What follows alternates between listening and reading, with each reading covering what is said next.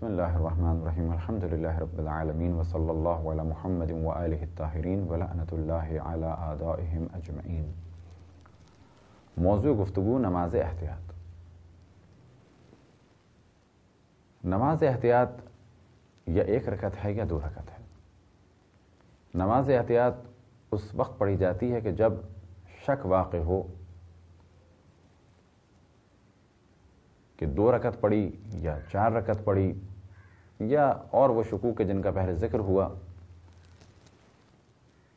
لہذا اگر کسی نے چار رکعت نماز پڑھی ہے تو اس کی نماز تو ہو گئی، لیکن اگر دو رکعت پڑھی ہے تو اس کا مطلب ہے دو رکعت نماز وہ نہیں پڑھ پایا، لہذا اس پر لازم ہے کہ دو رکعت نماز پڑھے احتیاط کی نیت سے۔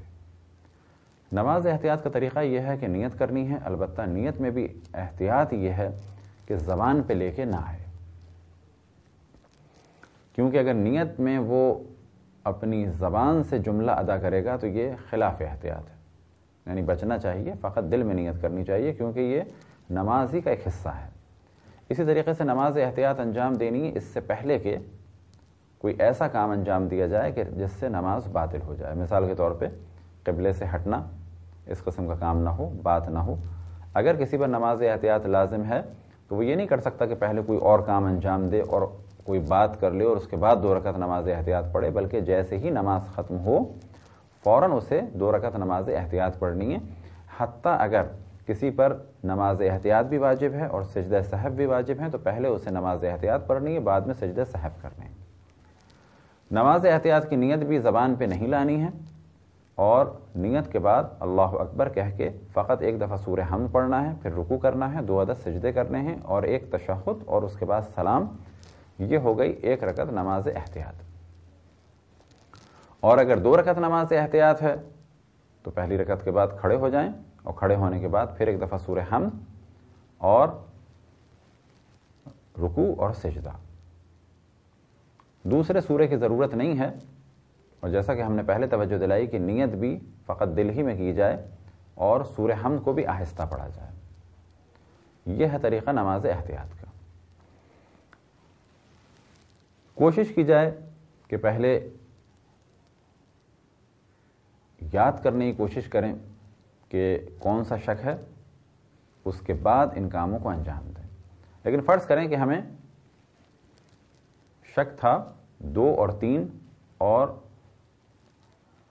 یا اسی طرح سے تین، چار اور پانچ کے درمیان، لیکن نماز کے بعد ہمیں یقین ہو گیا کہ نہیں، تین اور چار اور پانچ کے درمیان شک نہیں ہے بلکہ چار اور پانچ کے درمیان شک ہے، تو پھر ہمیں وہی کام کرنا ہے کہ جو اس شک کے لیے ہے۔ نماز احتیاط میں اگر کسی کو رکعت کا شک ہو تو پرواہ نہ کرے۔ اسی طریقے سے اگر کوئی چیز جان بوجھ کے کم یا زیادہ کرے تو نماز باطل ہو جائے گی، دو رکوع کر لے نماز باطل ہو جائے گی، جان بوجھ کے سجدہ ایک زیادہ کر لے نماز باطل ہو جائے گی، رکوع نہ کرے نماز باطل ہو جائے گی۔ اگر وقت گزرنے کے بعد کسی کو شک ہو کہ میں نے نماز احتیاط پڑھی یا نہیں پڑھی تو اسے اب پرواہ نہیں کرنی چاہیے، لیکن اگر وقت ہے اور ابھی اس نے کوئی ایسا کام نہیں کیا ہے کہ جس سے نماز باطل ہوتی ہو تو اس پر لازم ہے کہ نماز احتیاط پڑھے۔ لیکن اگر اس نے کوئی ایسا کام کر لیا ہے تو بہتر ہے کہ نماز احتیاط پڑھے، اور اسی طرح سے بہتر ہے کہ دوبارہ نماز بھی پڑھے۔